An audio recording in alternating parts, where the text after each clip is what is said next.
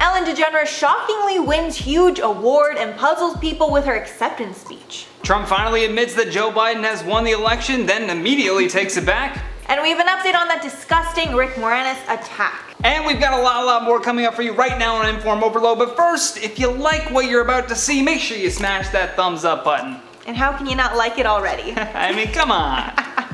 So first off, we have a very confusing Ellen story. So even though Ellen and her show have been embroiled in controversy through 2020, she still managed to snag a People's Choice Award for the best daytime talk show at the People's Choice Awards on Sunday night, and dedicated the win to her amazing staff and crew. In a win that literally nobody expected, like seriously, read the room People's Choice Awards, The Ellen Show won Best Daytime Show. And like any gracious host should, she mentioned her staff in the speech, saying, "Thank you from deep down in my heart. I'm not only accepting this award for myself, I'm accepting it on behalf of my amazing crew, my amazing staff who make this show possible. They show up every single day, they give 100% of themselves, 100% of the time. Continuing, I love them all, and I thank them for what they do every single day to help that show be the best that we can try to make it every single day." But it's hard to know if those words are true, or if she felt forced to say that after her last scandal, where employees spoke out against the show's toxic workplace, with one former Ellen producer telling The Wrap that there was a culture of fear on the show. And during a radio interview, an anonymous ex-staffer compared the environment on the show to Meryl Streep's ruthless fashion comedy drama The Devil Wears Prada. As well, there were accusations that inappropriate conduct had also taken place on the show. As a response to the stories that came out against the show, 3 top producers were fired. And on her first show back after months off because of the pandemic and the scandal, she apologized, saying in that apology, "As you may have heard, this summer there were accusations of a toxic work environment at our show. And then there was an investigation. I learned that things happened here that never should have happened. I take that very seriously, and I want to say I'm so sorry to the people who were affected." Johnny, what do you have to say about that? Kind of, I don't know if that's hypocritical or strange. It seems I don't weird. know what it is. It's just weird. It's weird. It's like the be kind box thing all over. Yeah. You know, it's like, can you stop going back over stuff that we were calling you out for? Because the fact that she thanked her workplace. It's like you have to, I guess you have to, right? When you're winning an award like that, you have to thank everybody around you. But it's strange. But when the why people did she around win? you are like, you suck. Yeah.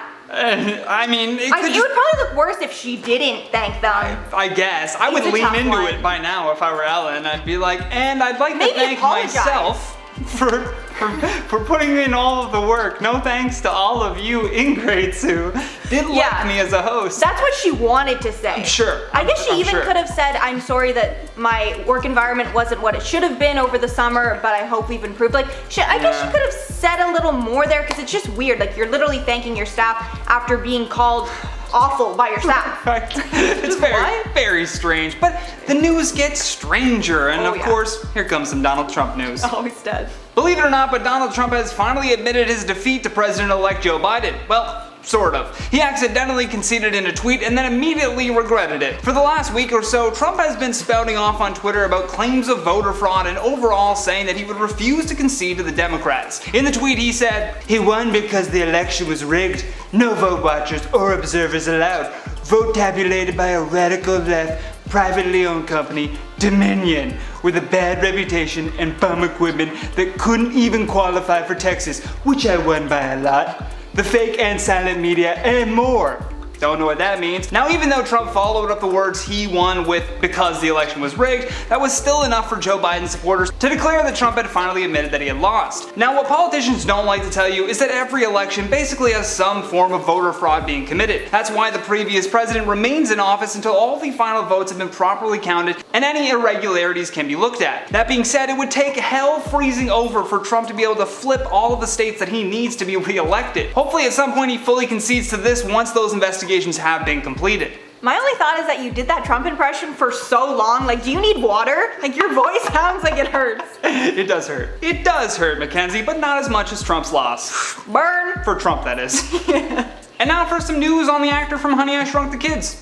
So next up, we have an update on a story surrounding actor Rick Moranis. So if you guys remember, Moranis was viciously attacked in early October when security footage captured some random guy sucker punching Moranis straight in the face. And then maybe the most disturbing part, the guy continues to calmly walk off like nothing even happened. Well, since there was security footage and everyone was appalled by the incident, the man was found and now has been charged. New York City police said 35-year-old Marcus Ventura, whom authorities listed as homeless, was arrested Saturday afternoon. The man was booked with a felony assault charge, which is more serious than he might have expected because Moranis is 67 and there are harsher charges when the person attacked is a senior citizen above the age of 65. And apparently this guy is actually known for sucker punching people and actually had incidents with 2 other people that same day. So hopefully they keep him off the streets for a long time. Like, I literally can't even comprehend how big of a piece of trash that this man is.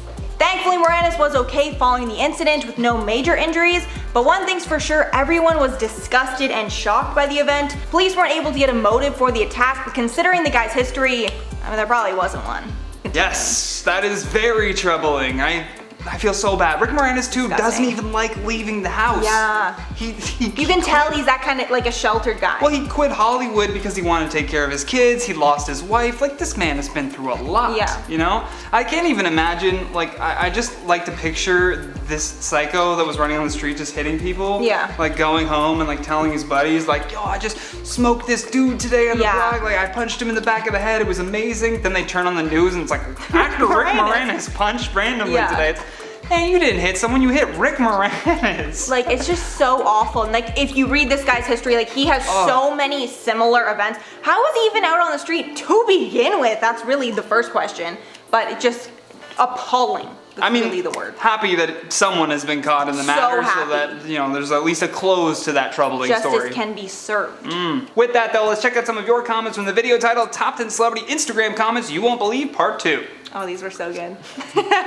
Seth freaking Roland says, sometimes it's better to think twice before using your fingers to say something on the internet. Think about 5 times. About 5 times, maybe say it out loud too first. Say it, yeah. Just tell a friend. You know? Phone a friend. Yeah. I'm about to comment this. Does this sound crazy to you? Hippie Ninja Simi says, I smacked the like button a little too enthusiastically and my phone backflipped onto the bed. Worth it. That does not sound worth it at all. We love it, but I love it. I love the enthusiasm. hit the like button respectfully. Or just make sure you have a case on your phone. Oh yeah, you can have a case on the phone. Come on, people. Chrissy Ma says, why are you guys standing up? Get a sofa. That would be awesome, especially when you get into discussions. That would be cool, but we might stay a little too long in the studio. Yeah, then we won't leave. Yeah. Need to make us. We don't like standing for long, so. Yeah. We get it out, but it's nice and quick, right to the point. We're like, bye. And then we're out of here. Yeah. Paloma Root says, I love the IO collabs. We do too. Samesies. Jade Robson says, would love some celebrity comments to normal people, even maybe beef. Could be cool, love you guys. That's for sure a really good idea. I like it. Have we not done that, or? We might have, but I'll look into it. Yeah, no, we will look into that. Yeah. Love that. But thank you so much for watching today's video. I've been your host, Johnny Rogers. And I'm Mackenzie Smith. And until next time, stay classy. Bye guys.